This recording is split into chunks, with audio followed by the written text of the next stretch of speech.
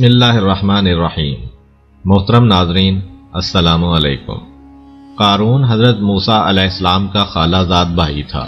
وہ بہت خوبصورت تھا۔ اس کی خوبصورتی کی وجہ سے لوگ اسے منور یعنی روشن چہرے والا انسان کہا کرتے تھے۔ حضرت موسیٰ علیہ السلام پر سب سے پہلے 17 آدمی ایمان لائے تھے، ان میں سے ایک قارون بھی تھا۔ بظاہر وہ بہت ہی نیک اور پرہیزگار انسان تھا اور توریت کو بہت ہی ادب و احترام کے ساتھ اچھی طرح پڑھا کرتا تھا۔ اللہ نے اسے بے پناہ دولت عطا کر کے اس کا امتحان لینا چاہا اور اسے آزمایا تو وہ کافر نکلا۔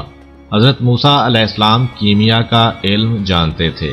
اس علم کا کچھ حصہ آپ نے حضرت یوشع بن نون اور کچھ حصہ کالب بن یوحنا کو سکھایا تھا اور تھوڑا بہت قارون کو بھی بتایا تھا، لیکن پورا علم کسی کو نہ سکھایا۔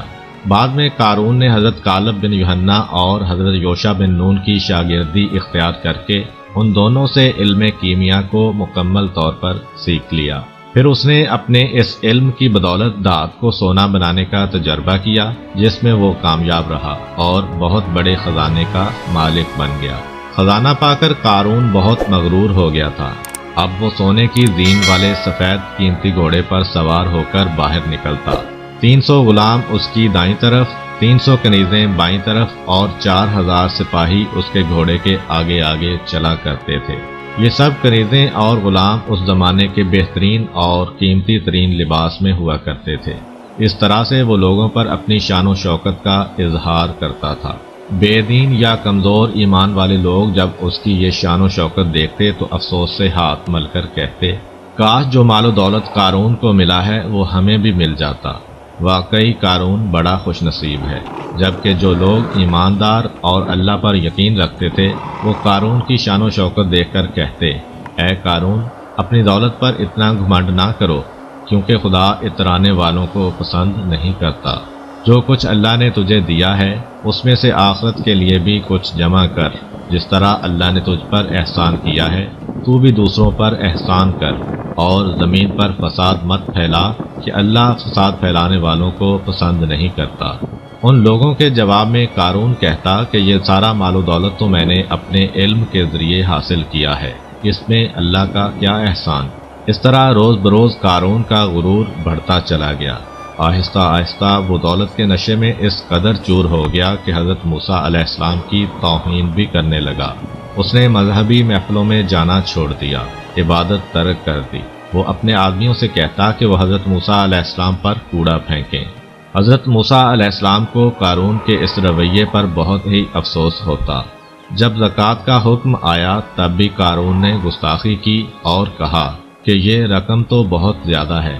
کہتے ہیں کہ حضرت موسیٰ علیہ السلام نے ہزاروں دینار سے کم کرتے کرتے صرف 1 دینار مقرر کیا، لیکن قارون نے وہ بھی نہ دیا اور کہنے لگا، موسیٰ ہمیں فقیر بنانا چاہتا ہے۔